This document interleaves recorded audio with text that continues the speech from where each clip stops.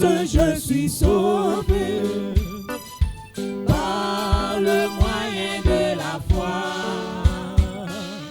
Car il paya ma rédemption quand il mourut sur la croix. Et désormais, je veux servir, je veux servir mon Sauveur. Glorifié par ma vie, celui qui est mort pour moi, pécheur. Autrefois j'étais rebelle. Autrefois j'étais rebelle. J'étais mort. J'étais mort par mon péché. Dieu dans sa miséricorde. Dieu dans sa miséricorde. En Christ m'a ressuscité. En Christ m'a ressuscité. Et désormais, je veux servir, je veux servir mon Sauveur. Glorifié par ma vie, celui qui est mort pour moi, pécheur. Le chemin peut-être épineux, où il va me diriger, mais ma main est à la charrue. Pour lui je veux travailler. Et désormais, je veux servir mon Sauveur. Glorifié par ma vie.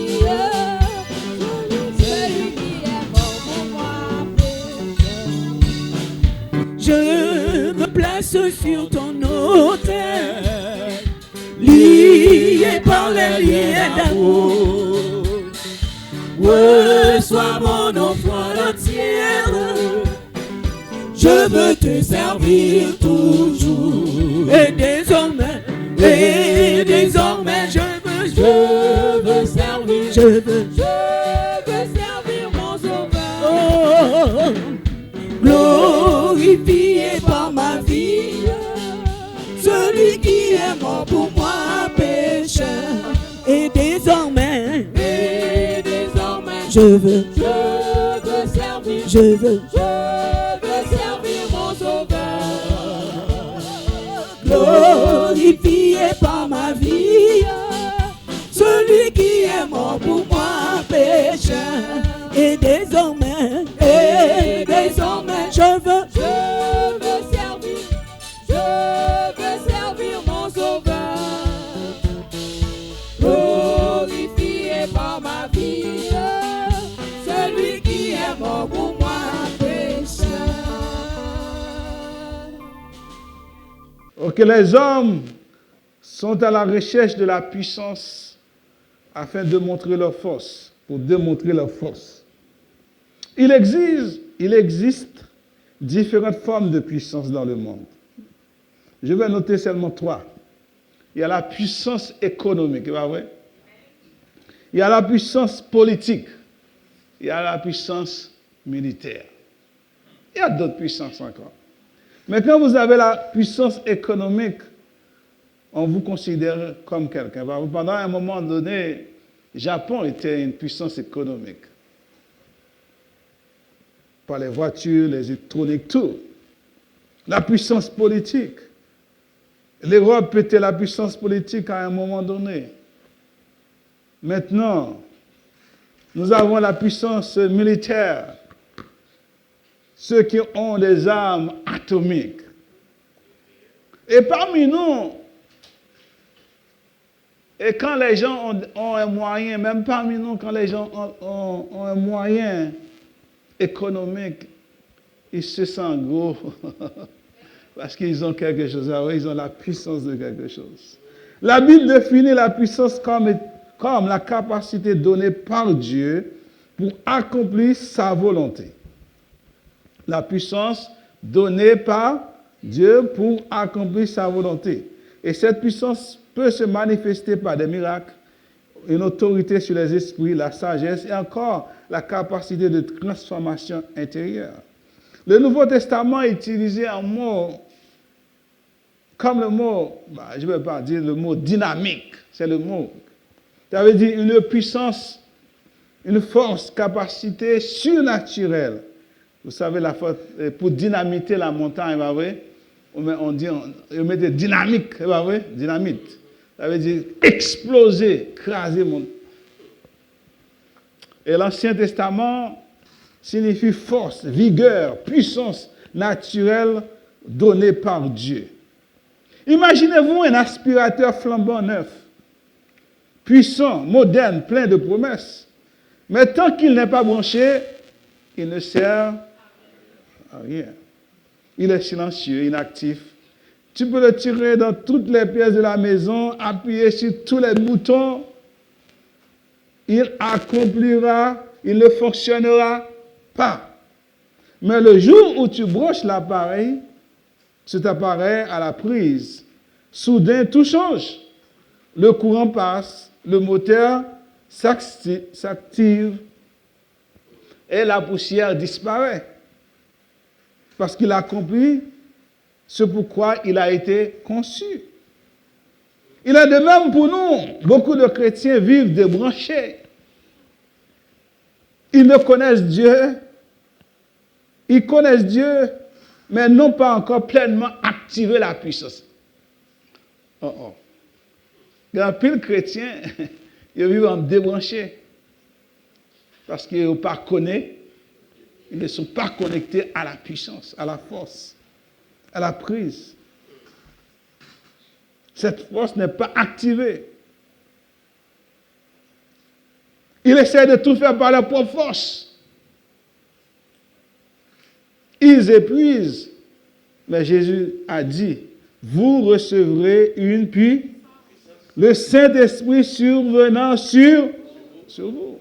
La prise, c'est notre foi. Le courant, c'est la puissance de Dieu. L'appareil, c'est notre vie. Tant que nous ne sommes pas connectés à Dieu par une relation vivante et dépendante, nous ne pouvons pas accomplir l'œuvre qu'il nous a destinée. Il faut connaître. Il faut connecter. Mais quand nous sommes connectés ou branchés, la puissance coule. Quand nous sommes connectés à la prise, la puissance coule, la puissance vient. Mais quand nous ne sommes pas connectés, nous ne pouvons faire que du bruit. Il n'y a rien. Et la Bible nous dit, ce n'est ni par la force, ni par la puissance, mais par mon esprit, dit l'Éternel. Les disciples devaient rester connectés en permanence afin de pouvoir être efficaces dans le service. Les disciples étaient doués connectés en permanence. Or que beaucoup de nous sont connectés sporadiquement, par moment, par temps, quand les saisons sont bonnes. Mais pour avoir la puissance du Saint-Esprit, la puissance que Dieu donne, il faut être en permanence. Il faut être connecté en permanence. Luc nous fournit des informations sur le ministère de Christ après sa résurrection. Durant cette période de 40 jours, Christ a enseigné aux disciples des sujets relatifs au royaume de Dieu. Actes chapitre 1er, verset 3. Si vous avez votre Bible, vous pouvez lire. Actes chapitre 1er, je ne vais pas lire. Actes chapitre 1er, verset 3. Et Luc 24, verset 27, 32 à 45. Or, selon un commentateur, un aspect fut omis. Il y a un aspect qu'on a oublié, à savoir le moment où Jésus restaurait le royaume d'Israël. C'est la raison pour laquelle les disciples posent la question. Et la question des disciples était légitime, car ils souhaitaient connaître la date à laquelle toutes ces choses se réaliseront. Nous pouvons comprendre que les disciples voulaient savoir le temps où ils prendront le pouvoir. Est-ce que vous êtes là? Les disciples attendaient le temps où ils prendront le pouvoir et agir comme des agents officiels dans le royaume de Dieu. Ok. Nous allons voir Matthieu chapitre 19, versets 27 à 30. Matthieu 19, 27 à 30. Alors Pierre prit la parole et dit, « Nous avons tout quitté pour te suivre. Qu'en sera-t-il pour nous ?» Jésus leur dit, « Vraiment, je vous l'assure, quand le monde connaîtra son renouveau. » Je suis en train de lire une autre version. Et que le Fils de l'homme aura pris place sur son trône glorieux. Vous qui m'avez suivi, vous siégerez. Vous écoutez? Vous êtes là? Vous lisez avec moi? Vous siégerez, vous aussi, sur les 12 trônes pour gouverner les 12 tribus d'Israël. Je n'ai pas besoin de continuer. Les disciples ont en mémoire cette déclaration. Il dit, quand nous aurons notre place comme administrateurs dans ton royaume pour juger. C'est normal, c'est pas vrai? C'est légitime. La question était pertinente. Mais Jésus n'a pas exprimé de reproche à leur égard. Au contraire, il leur a expliqué que le temps est un privilège divin. Faisait partie des mystères que Dieu n'a pas révélés à l'homme. Les disciples avaient des plans individuels pour le royaume, mais Dieu avait un autre plan pour eux. Ce matin, vous pouvez avoir des plans, mais Dieu a un autre plan pour vous. Vous avez un plan pour avoir le Saint-Esprit. Oh Dieu, je veux avoir le Saint-Esprit. Vous avez le Saint-Esprit déjà en vous. Vous êtes déjà connecté. Si vous n'êtes pas connecté, ça c'est une autre chose. Mais si vous êtes connecté, vous avez la puissance du Saint-Esprit en vous.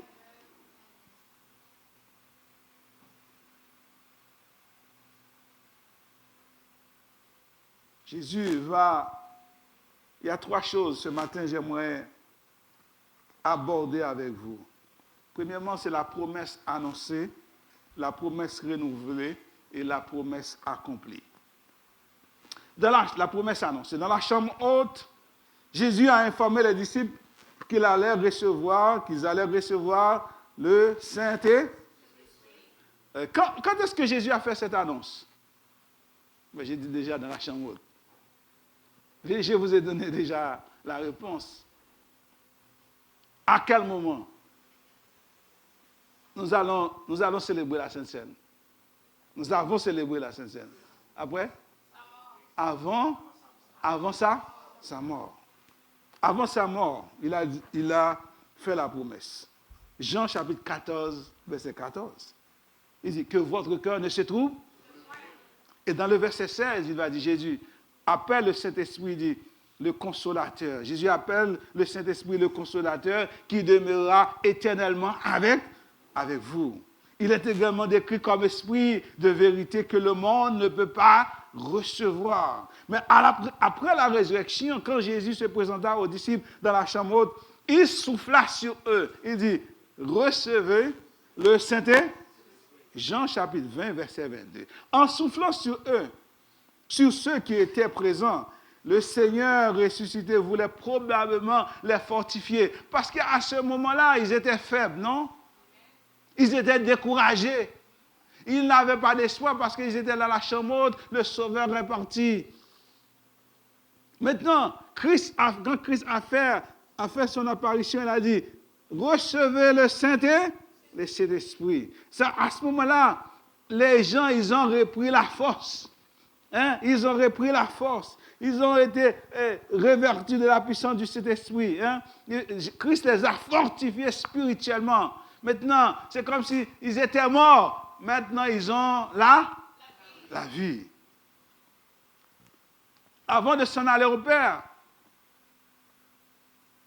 Jésus les préparait au revêtement de la puissance du Saint-Esprit à la Pentecôte. Avant de s'en aller au Père, il les commanda de ne pas s'éloigner de Jérusalem, mais d'attendre à ce que le Père avait promis. Ce que le Père avait promis, leur dit-il, c'est quoi? Car Jean a baptisé, hein? Mais vous recevrez, vous serez baptisés du Saint-Esprit dans 2 années, pas vrai? Il a dit. Vous n'êtes pas là. Il a dit, dans peu de jours, vous allez recevoir le Saint-Esprit. Il a fait la promesse. C'est la promesse de Dieu. Maintenant, verset 8, il va rénover cette promesse. Quand il a rénové cette promesse, après que les disciples lui ont posé la question, à savoir, quand est-ce que tu vas établir le royaume, restaurer le royaume d'Israël? Il dit, mais, le mot mais, conjonction, coordination. Il dit, mais, vous recevrez une puissance. Est-ce que vous comprenez? Les disciples étaient ailleurs. Maintenant, Jésus veut les ramener à lui. Ils pensaient à eux-mêmes. Maintenant, Christ veut changer les choses. Vous dire, non, non, non, ce n'est pas comme ça. Mais vous recevrez une puissance. Pas la puissance que vous attendez pour diriger, pour gouverner. Mais vous allez recevoir une autre puissance. Vous allez recevoir une autre puissance. Le Saint-Esprit survenant sur vous, vous serez mes témoins à Jérusalem. La puissance du Saint-Esprit est distincte de la puissance administrative et politique. La puissance du Saint-Esprit, ce qui dépasse les attentes des disciples. Les disciples avaient besoin du Saint-Esprit pour accomplir la tâche à laquelle ils étaient appelés, à savoir de pécheurs d'hommes. Christ les a appelés comme des pécheurs. Maintenant, Christ les a promis le Saint-Esprit pour accomplir cette tâche. Est-ce que vous êtes là? Vous êtes là? Vous n'êtes pas là, vous ne comprenez pas. Christ les a appelés comme des pécheurs. Maintenant, Christ va leur donner la puissance du Saint-Esprit pour pouvoir accomplir cette. Beaucoup de nous voulons avoir la puissance du Saint-Esprit pour démontrer les gens que vous êtes des chrétiens. Vous êtes capables de faire des choses. Mais la puissance du Saint-Esprit est là pour servir le royaume de Dieu. La puissance du Saint-Esprit est là pour évangéliser, pour témoigner Christ et le ressusciter. Car les disciples avaient besoin de cette puissance. C'est la raison pour laquelle il va dire, vous recevrez une puissance. Puissance qui est contraire à celle que les disciples attendaient, voulaient avoir. Mais une puissance pour me servir, parce que vous êtes appelés à être des ambassadeurs du royaume.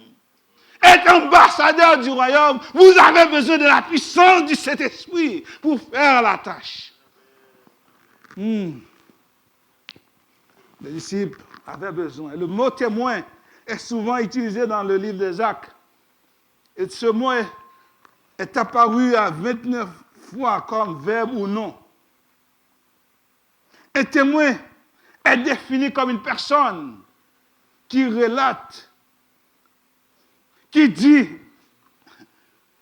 ce qu'il a vu ou observé et entendu.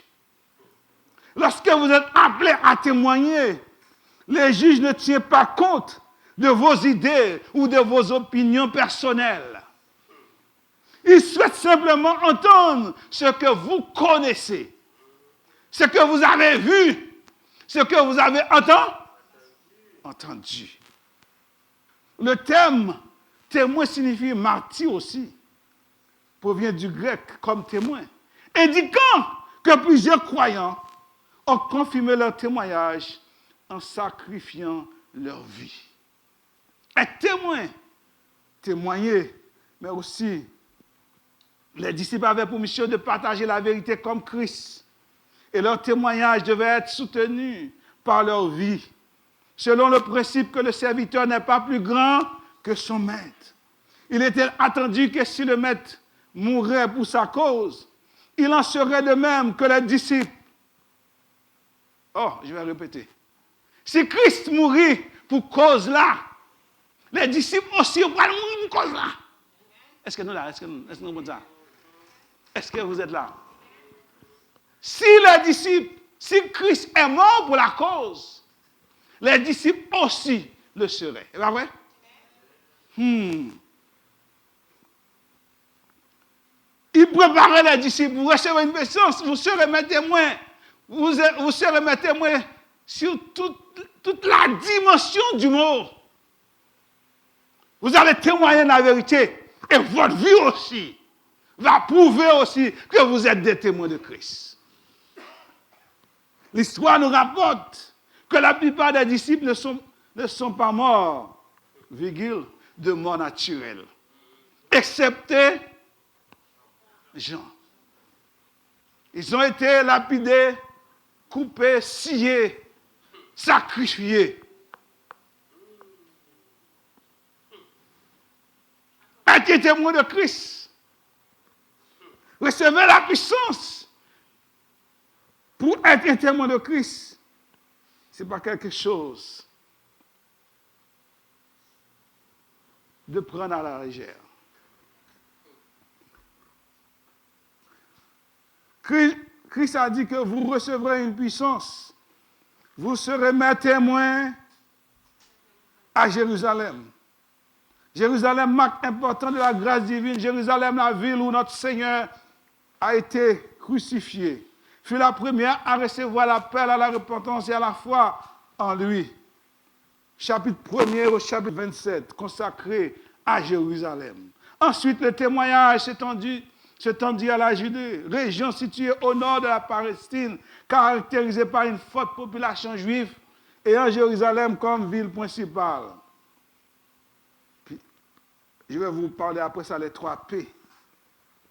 Ensuite, la Samarie. Et le plus souvent, quand les gens veulent contextualiser les choses, mettre les choses dans un contexte, ils disent Jérusalem commence toujours à la maison. Jérusalem, c'est la maison. Ensuite, la Samarie aux environs, pas trop loin. Les voisins. Englobant les pays païens. Non. Samarie, au centre de la Palestine, abritait une population métisse que les Juifs évitaient généralement. Vous savez, les Samaritains, il n'y avait pas de relation avec les Juifs. Samarie. Versets 8 à 9. Et Philippe va aller, quand les persécutions commençaient à Jérusalem, il s'étendait. Et puis Philippe va annoncer l'évangile à Samarie, aux Samaritains. Actes chapitre 8 à 9, 31. Finalement, ils allaient proclamer l'évangile aux extrémités de la terre, englobant tous les pays païens, toutes les nations païennes, englobant tout jusqu'aux extrémités de la terre. Il a commencé par Pierre et Paul va terminer. C'est la raison pour laquelle je vais vous dire les 3 P. Les 3 P, Pierre, Philippe et Pierre et Paul. Ou sinon les 3 P. Pierre, Philippe et Jérusalem, Samarie, aux extrémités de la terre. C'était la mission qu'ils avaient. Non, ils n'avaient pas une mission individuelle, mais ils avaient une mission divine. Ce matin, est-ce que vous avez une mission divine? Est-ce que vous vous sentez concerné par cette puissance? Est-ce que vous vous sentez concerné par cette mission? J'ai parlé de la mission, de la promesse accomplie. Maintenant, c'est la promesse a été renouvelée. La promesse a été renouvelée en disant que vous serez mes témoins à Jérusalem, vous serez mes témoins à Samarie, et vous serez mes témoins jusqu'aux extrémités de la terre. Voilà. Christ dit, voilà votre votre mission. Vous avez, c'est la raison pour laquelle je vais vous donner la puissance du Saint-Esprit pour vous accompagner dans la tâche de l'évangélisation. Malheur à ceux qui utilisent la puissance du Saint-Esprit pour avoir de l'argent. Malheur à ceux qui utilisent la puissance du Saint-Esprit pour avoir la renommée, pour avoir la réputation, ou pour faire voir la gloire. Oh, ce sont des grands prophètes et ce sont des grands apôtres. La puissance du Saint-Esprit, c'est pour servir le Maître avant tout. C'est pour servir le Maître avant tout. Si vous avez la puissance du Saint-Esprit, c'est pour servir. J'espère que je vais avoir le temps pour entrer dans l'application. La promesse réalisée le jour de la Pentecôte. Le jour de la Pentecôte, Actes chapitre 2, verset 1er. Les disciples étaient dans la chambre haute conformément à l'instruction de Jésus, de rester à Jérusalem afin de recevoir ce que le Père leur avait promis. Ils ont rigoureusement suivi les directives du Maître. Alors, je vais faire une autre parenthèse. Contrairement à leur dispersion après la mort de Christ. Après la mort de Christ, ils étaient dispersés. Ils étaient dispersés. Parce que le Maître est parti, nous n'avons plus de Maître. Maintenant, nous allons retourner chez nous, dans nos affaires et dans nos activités. Maintenant, il faut remarquer, la donne a changé. Cela montre que les disciples avaient atteint une nouvelle dimension de leur relation avec Christ. Est-ce que vous êtes là? La donne a changé. Il y a une nouvelle dimension. Maintenant, ils ont connu Christ. Ils ont connu Christ maintenant. Ils ont une nouvelle dimension, une nouvelle révélation de Christ. Honte après la résurrection de Christ. Maintenant, ils sont restés dans la chambre haute ensemble. Ils ont suivi l'ordre de Christ de ne pas s'éloigner de Jérusalem. Ils étaient ensemble dans la chambre haute ce matin. Hey. Nous avons besoin d'une nouvelle dimension, une nouvelle relation avec Christ. C'est ça notre problème. Le problème que nous avons, c'est que nous n'avons pas une relation avec Christ. Le jour où vous aurez une nouvelle relation, une nouvelle dimension spirituelle, vous entrez dans une nouvelle dimension spirituelle, vous allez voir votre relation avec Christ sera différente. Est-ce que vous êtes là?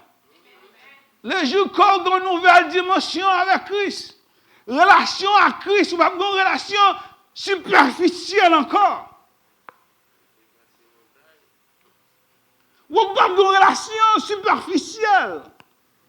Mais on a une relation qui est très profonde avec Christ. Lorsqu'on a une relation avec Christ, c'est là ça où vraiment branché. Où vraiment connaît. Lorsqu'on est vraiment connecté, où la puissance vient. La puissance circule. Et quand vous parlez, et quand vous agissez, quand vous dites que Jésus vous aime, quand vous témoignez au sujet de Jésus-Christ, les choses changent. Parce que, les gars, vous êtes branchés. Vous êtes vraiment branchés. Oh. Ce matin, nous avons besoin d'être bien branchés en Christ.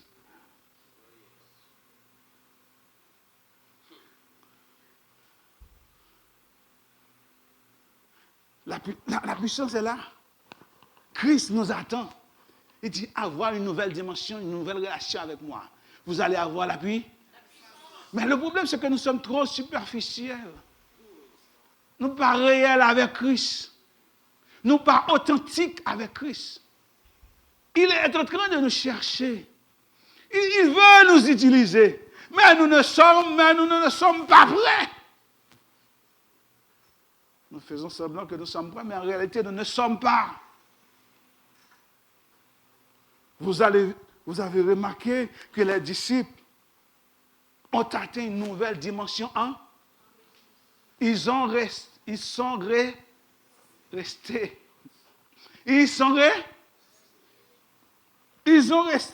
restés dans la chambre haute, conformément à l'instruction de Jésus-Christ de rester à Jérusalem. Et le jour de la Pentecôte, les disciples étaient tous dans le même. La Pentecôte est une des 3 grandes fêtes de pèlerinage du judaïsme. Pâques, la Pentecôte et la fête du tabernacle. Célébrée après 15 jours après Pâques, après la Pâque juive. Vous comptez, selon Lévitique 23, verset 15, je vous donne le contexte. Vous compterez 7 semaines entières à partir du lendemain ou du jour du sabbat, jour où vous aurez apporté la gerbe destinée à me présenter. Vous compterez 50 jours jusqu'au lendemain du 7e jour de sabbat, et ce jour-là, vous me présenterez une nouvelle offrande. À l'origine, elle marquait la fin de la moisson du blé et était une fête agricole. Pentecôte est une fête agricole. Avec le temps, elle est aussi devenue la commémoration du don de la Torah à Moïse sur le mont de Sinaï. Il est important de comprendre que les disciples jeûnaient, priaient pendant 10 jours. Certes, la prière faisait partie de leur pratique, mais il était probablement qu'ils réfléchissaient à la fête imminente qui attirait de nombreuses personnes à Jérusalem. Souvent, ils priaient, ils jeûnaient. Ne dis pas qu'ils jeûnaient pendant 10 jours sans manger, bah ouais. Ils avaient des conversations, bah ouais, concernant la fête de la Pentecôte. Il va y avoir beaucoup de gens. Ils étaient des Juifs aussi. Bien qu'ils aient eu conscience de leur mission de commencer à Jérusalem, mais ils n'avaient pas encore reçu la puissance nécessaire pour accomplir le travail. Selon le verset 2, un vent violent, chapitre 2, verset 2, pendant qu'ils parlaient, pendant qu'ils conversaient, pendant qu'ils étaient en bonne conversation concernant la Pentecôte, c'est à ce moment-là qu'il y a un vent soudainement, un vent violent, remplit toute la maison où se trouvaient les disciples. À la grande surprise générale, parce qu'il va attendre à ça. Ce vent violent représente le souffle divin, la vie nouvelle qui unit, qui inspire, qui transforme, qui continue à orienter l'Église d'aujourd'hui. Oh, vous allez remarquer, ce vent violent, il a transformé Pierre. Pierre, c'est lui qui a régné Christ, c'est pas vrai? Il a transformé Pierre le jour de la Pentecôte. Pierre, rempli du Saint-Esprit. Il n'avait pas peur encore, il n'avait pas peur.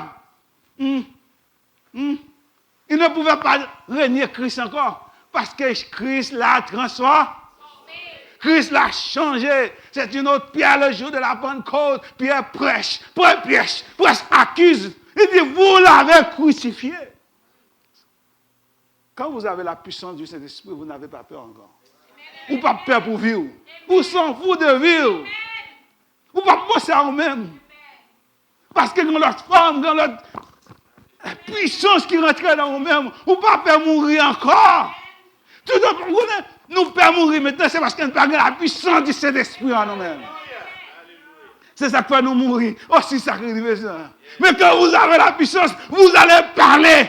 Quand vous avez la puissance, même si on vous met en prison, vous allez en prison parce que la puissance du Saint-Esprit est là pour transformer, pour changer. La puissance fait la différence. La puissance fait la différence.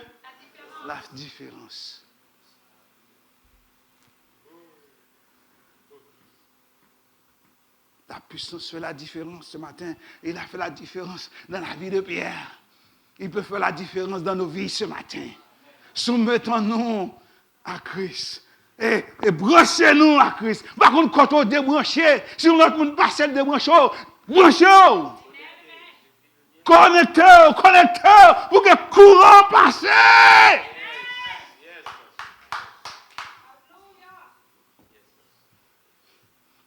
monde qui veut déconnecter. Mais lorsqu'on est bien connecté, il y a des gens qui ne peuvent pas oser connecter parce que un courant, par contre, comme un vol qui est là-dedans, il a le touché. Ça, le principal. Oh, parce que la puissance l'a coulé, ou pas sous bas. Personne n'osera toucher.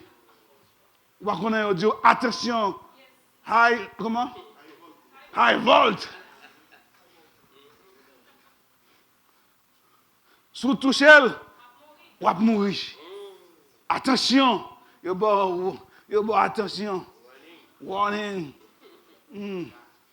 Péga. Attention, sous toucher, ou va mourir.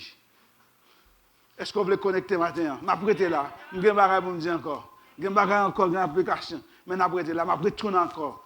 Le dimanche, je vais pour me prêcher. Est-ce qu'on a besoin de connecter matin? Est-ce qu'on a besoin de la puissance disponible? Pas tant de monde qui a dit ou besoin de la puissance de l'autre Pentecôte. La Pentecôte est arrivée, on ne sait pas retourner encore. Mais la puissance est toujours disponible. Ou même qui mourit, Christ est capable de revivre encore. L'état spirituel ou sous mourir, demande Christ pour le faire revivre, pour que la puissance de cet esprit a coulé dans nous.